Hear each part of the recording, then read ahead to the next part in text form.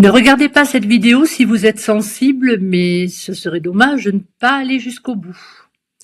Je vais vous montrer en 10 secondes comment je vais pouvoir changer la chimie de votre corps.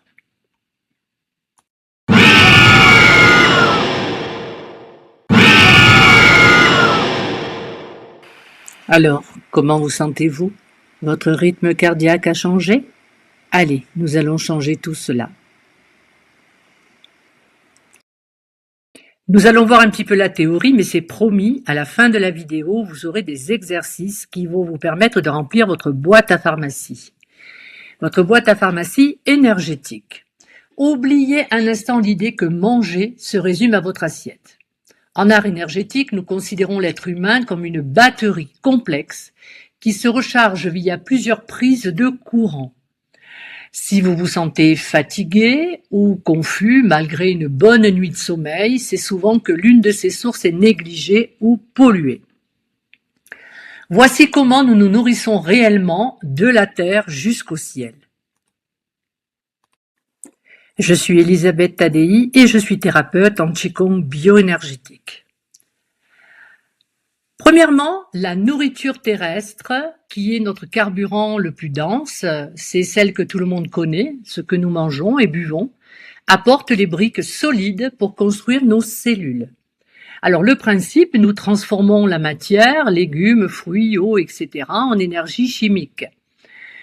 Non, ce n'est pas rasoir, ne vous inquiétez pas, nous allons arriver à la bioénergie, mais il est important de partir du plus manifesté au moins manifesté. Donc pour revenir à notre nourriture terrestre, l'impact de cette nourriture, eh bien, c'est la base de votre vitalité, de notre vitalité physique.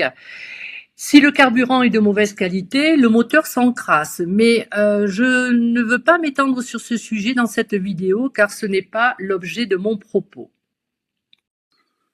En second, eh bien, nous nous nourrissons du ciel et du souffle. C'est ici que les sceptiques froncent souvent les sourcils. Et pourtant, c'est de la physique pure. Le souffle, que certains appellent le prana, nous pouvons rester des semaines sans manger, mais seulement quelques minutes sans respirer. L'air n'est pas que de l'oxygène, il est chargé de particules vitales. Et bien sûr, nous nous nourrissons des énergies du ciel, tout comme les plantes utilisent la lumière du soleil pour la photosynthèse, notre corps capte les photons et les fréquences électromagnétiques naturelles. C'est notre alimentation lumineuse. En troisième, la nourriture sensorielle, notre radar permanent. C'est la partie la plus sous-estimée. Nos sens sont des bouches ou des portes qui ne s'arrêtent jamais de manger ou de s'ouvrir. Par les yeux, ce que vous regardez change la chimie de votre cerveau instantanément. Les oreilles, le son est une vibration physique, une musique harmonieuse ou le silence nourrissent votre système nerveux tandis que le bruit constant le grignote. Par la peau, nos pores ne servent pas qu'à transpirer, ils captent l'humidité, la température et les informations vibratoires de notre environnement. C'est notre interface directe avec l'invisible, le ressenti par exemple d'une pièce, lorsque l'on rentre dans une pièce et que on est bien ou au contraire on se sent un petit peu mal à l'aise. Pourquoi est-ce crucial pour notre esprit ? Toute cette nourriture, matière, souffle, image, son et même odeur finit par être transformée en information par notre système nerveux. Retenez ceci. Si vous nourrissez vos yeux d'images violentes et vos oreilles de paroles toxiques, votre capacité de raisonnement devient trouble. C'est comme essayer de résoudre une équation complexe dans une pièce enfumée. En purifiant ces sources, vous clarifiez votre capacité de raisonnement et stabilisez votre état émotionnel. On ne peut pas avoir une pensée claire dans un corps mal nourri de fréquences discordantes. D'ailleurs, nous allons faire une petite expérience. Nous allons sentir comment le son modifie instantanément la tension musculaire et le rythme cardiaque. Écoutez ce son.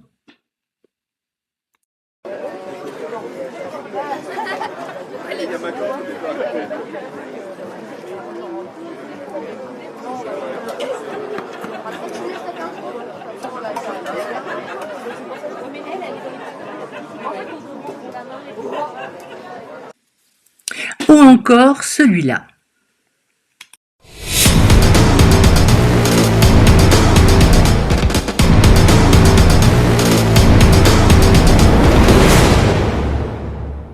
Serez-vous comme ça ou comme ça? Sur cette première image, je contracte le visage, je ferme les yeux, j'ai même envie de fermer les oreilles. Mon corps se prépare au combat ou à la fuite. L'énergie monte à la tête et mon souffle devient court.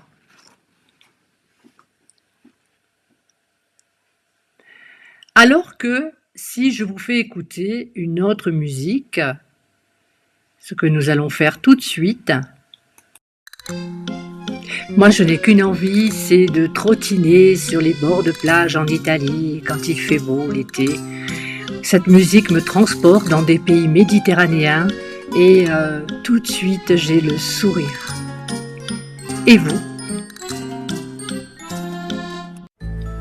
Regardez ce pauvre petit chien. Non, mesdames, ne pleurez pas, c'est juste une illustration. Et le petit chien n'existe pas, je l'ai inventé. Mais ajoutons cette musique et cette image. Dans quel état émotionnel cela vous transporte?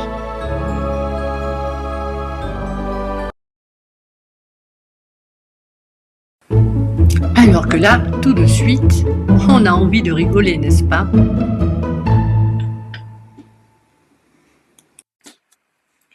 Avant de passer à la partie pratique, je voulais savoir si vous connaissez la cimatique, quand le son devient forme. Imaginez une plaque de métal saupoudrée de sable fin. Si vous faites vibrer cette plaque avec un archet ou une fréquence précise, le sable ne se déplace pas au hasard, il s'organise en géométrie sacrée, en rosace ou en mandala complexe. Le principe est que plus la fréquence est harmonieuse, plus la forme est équilibrée. Alors vous allez me dire, mais quel lien avec moi? Eh bien, le lien avec nous est que notre corps est composé à environ 70% d'eau. Le son voyage 4 fois plus vite dans l'eau que dans l'air. Quand vous écoutez une musique, vous ne faites pas qu'entendre une mélodie, vous faites subir à l'eau de vos cellules un massage vibratoire. Une musique chaotique crée des vagues de chocs désordonnés dans vos cellules. Une musique harmonieuse, comme par exemple le 432 Hz, réorganise vos liquides internes de façon fluide et stable. Alors, à vous de choisir si vous préférez manger ça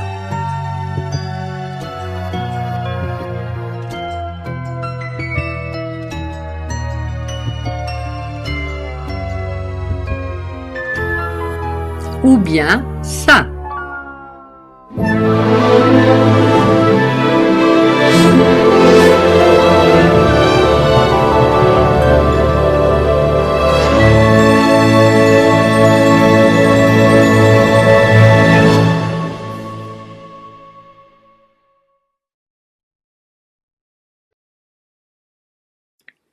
Lorsque nous pratiquons le Qigong des sons, nous envoyons des vibrations à l'intérieur de notre corps et ces vibrations vont agir de manière positive et parfois, sans que nous le sachions, négative.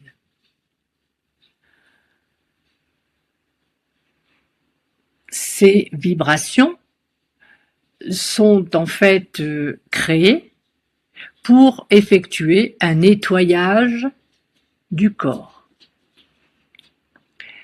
Selon la façon dont nous les prononçons et selon le ton, la fréquence avec laquelle nous allons prononcer ces syllabes, l'effet ne sera pas le même sur notre corps. Et c'est pour cela qu'il est très important de comprendre que l'on ne peut pas pratiquer le Qigong des sons exactement de la même manière que la personne qui pratique avec nous. Je m'explique.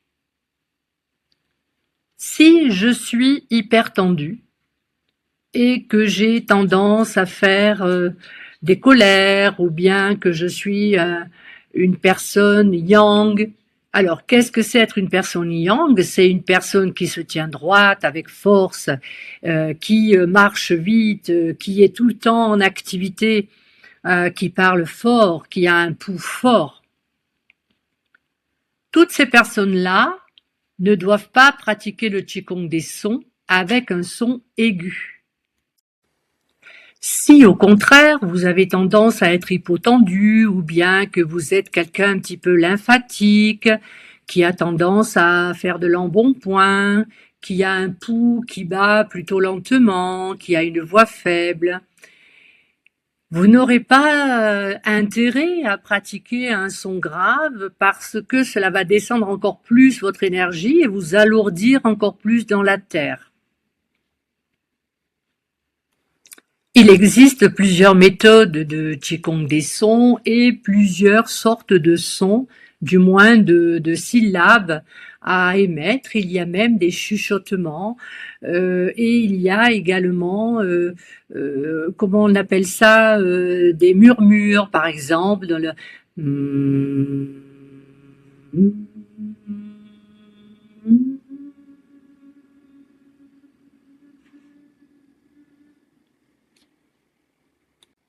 Bien, c'est promis, j'arrête de parler, nous allons pratiquer. Juste une dernière phrase pour les sceptiques.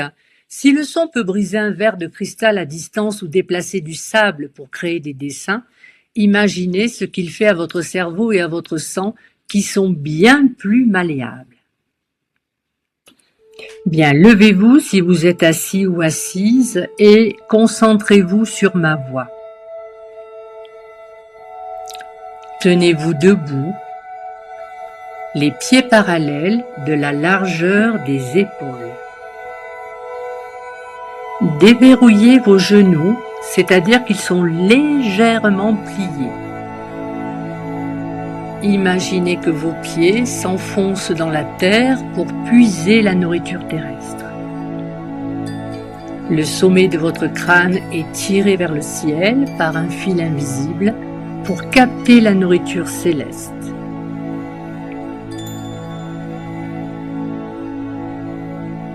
Nous sommes déjà au printemps lunaire depuis quelques jours et nous allons au mois de mars arriver à l'apogée de ce printemps, au soleil. Alors nous allons travailler l'énergie du foie. Comme l'énergie du foie en médecine chinoise est liée au bois, nous allons nous transformer en un bel arbre. Pensez dans votre tête à un arbre qui vous plaît, qui vous appelle, qui vous fait du bien. Imaginez-le dans votre tête. À l'inspiration, entrelacez vos doigts devant vous, paume vers le ciel. Levez les bras au-dessus de votre tête en inspirant par le nez. Regardez vos mains monter, sentez l'étirement sur le côté de votre buste, là où passe le méridien du foie. Refaites une fois ce mouvement avec une respiration normale, juste pour que vous ayez ce mouvement dans votre tête. Donc entrelacez vos doigts devant vous, paume vers le ciel. Levez les bras au-dessus de votre tête en inspirant par le nez. Regardez vos mains monter. Sentez l'étirement sur le côté de votre buste, là où passe le méridien du foie. Relâchez.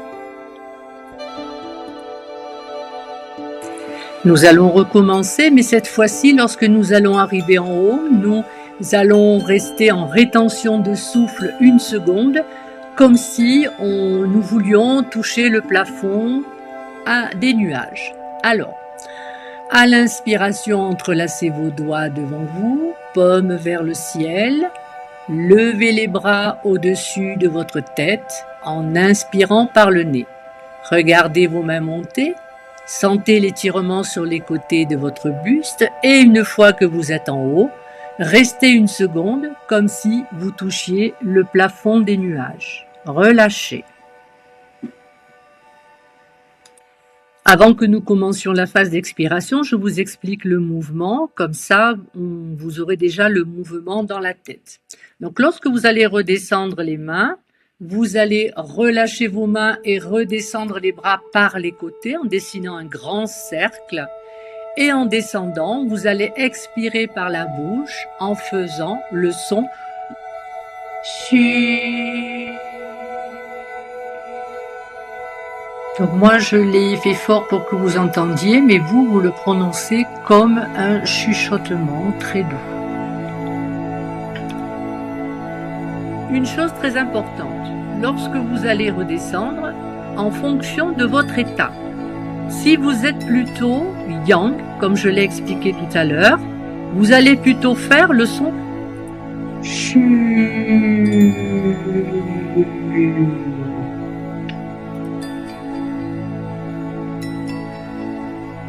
Si au contraire vous êtes plutôt yin, eh bien n'hésitez pas à faire le son SU.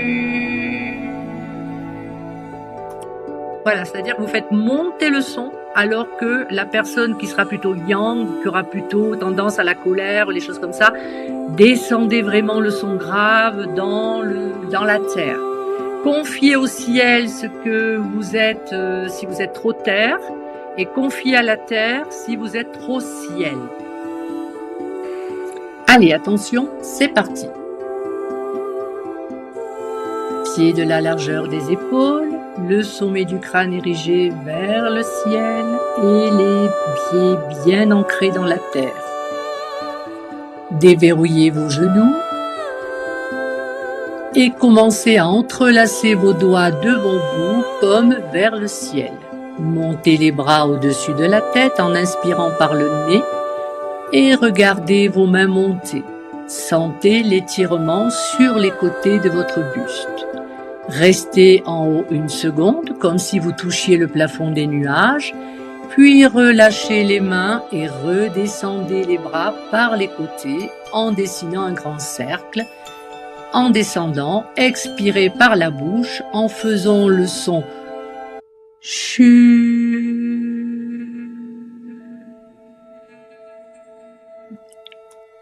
Comme je vous l'ai dit tout à l'heure, le son est très audible, mais vous le pratiquez de manière très douce, comme un chuchotement. Dans cette vidéo, nous ne pouvons aborder que le son du foie, étant donné qu'elle serait beaucoup trop longue, mais n'hésitez pas à me dire si cela vous intéresse, que nous puissions travailler ensemble les autres organes tels que le poumon, le cœur, la rate et les reins. Et bien entendu, ce que l'on appelle le triple réchauffeur en médecine chinoise, dont nous expliquerons les particularités plus tard. Pour conclure, et non pas des moins importants, on dit qu'il y a 6 façons d'expirer alors qu'il n'y a qu'une façon d'inspirer. Ce qui est intéressant ici, c'est d'étudier quelle est la bioénergie et puis surtout le sacré qui est caché derrière ces sons et ne pas s'arrêter au côté mécanique. Dans la première partie de la vidéo, je vous ai expliqué que si vous étiez plutôt de nature yang, il valait mieux pratiquer les sons du plus aigu vers le plus grave, alors que si vous étiez plutôt yin, il valait mieux pratiquer ces sons du plus grave vers le plus aigu pour faire remonter l'énergie. Donc ça, c'est un premier niveau de pratique. L'énergie cachée dans les sons thérapeutiques réside dans le concept de tuna, expulser et admettre. Les textes anciens expliquent que ces sons ne sont pas destinés à être criés, mais à être expirés de manière subvocale, c'est-à-dire que l'on n'entend plus le souffle que la voix.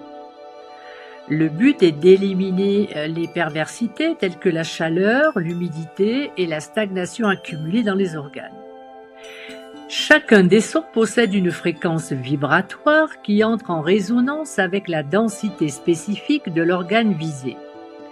Un son aigu, sifflant pour les tissus légers, tels que les poumons, et un son plus sourd, guttural pour les organes denses, comme les reins.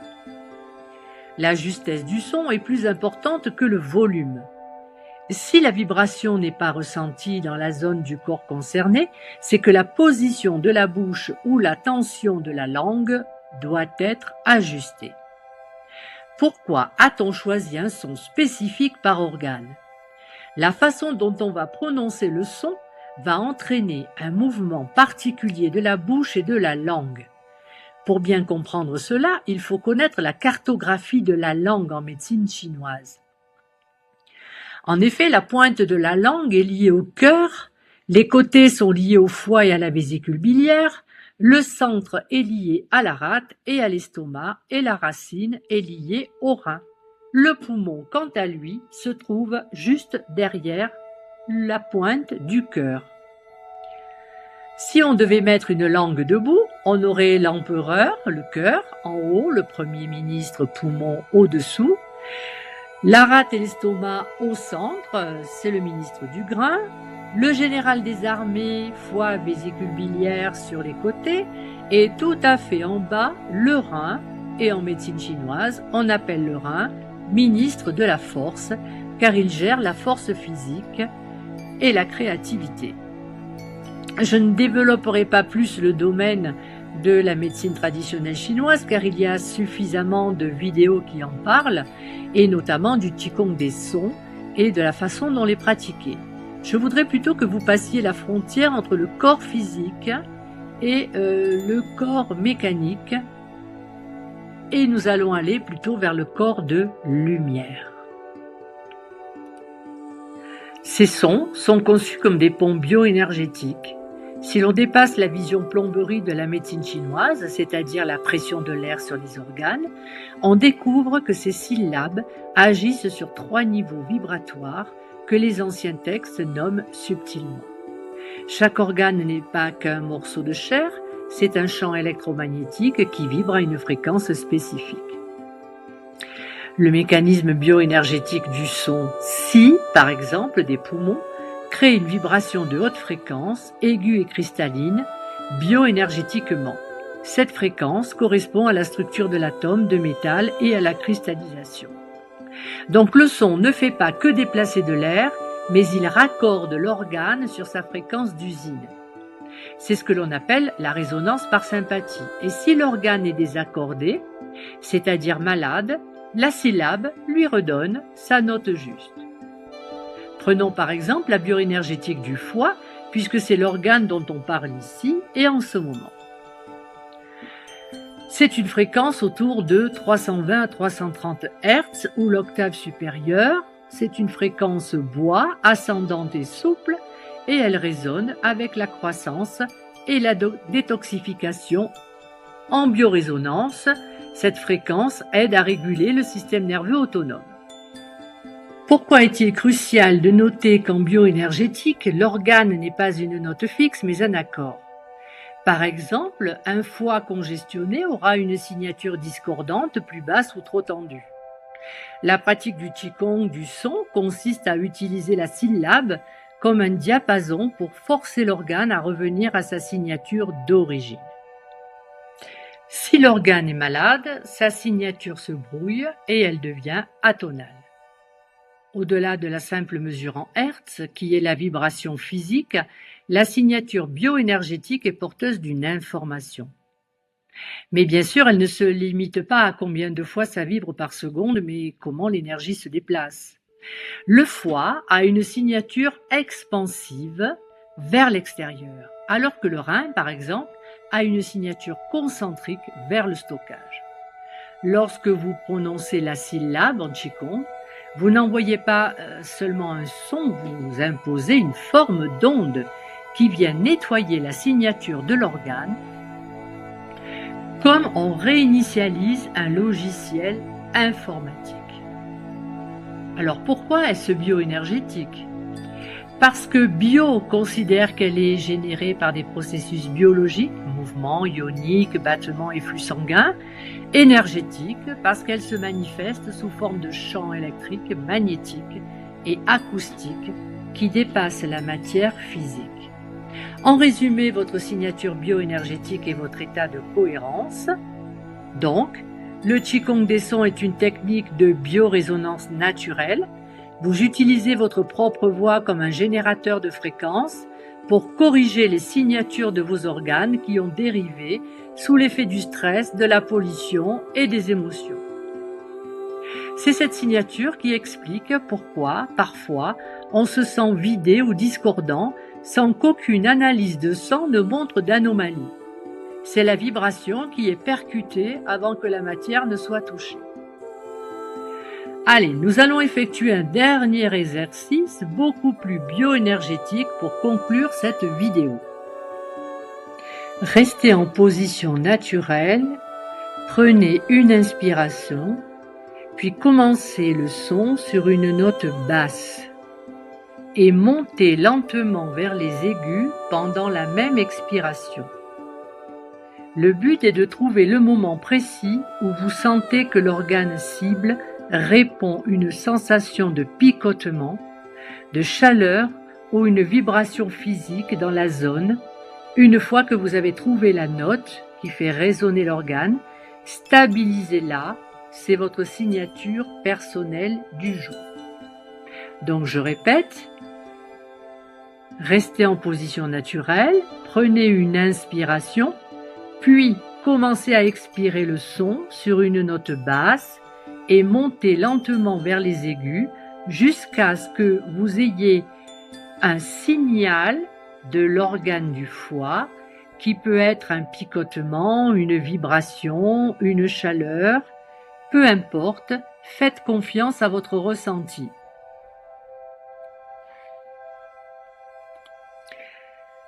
Vous devez positionner la langue un petit peu avec les côtés qui sont recourbés sur le côté vers le haut et les lèvres légèrement tirées comme si vous esquissiez un léger sourire.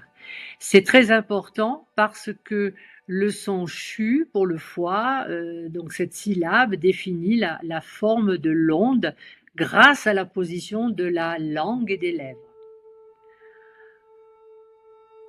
En expirant le son chu, on commence par une note très grave, presque un bourdonnement, et on monte très lentement vers un sifflement aigu.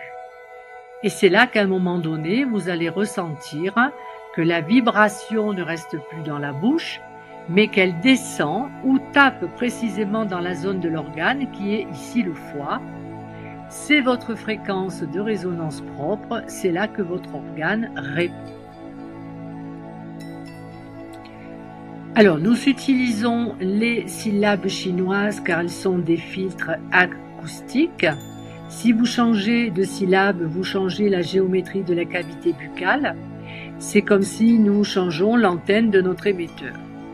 En gardant la syllabe chinoise, vous assurez que le signal est dirigé vers le bon récepteur, c'est-à-dire l'organe, notamment pour les personnes qui ont l'habitude de travailler le Qigong des sons. Dites-moi en commentaire si vous avez envie que l'on travaille les 6 sons de façon bioénergétique et je préparerai une vidéo en ce sens.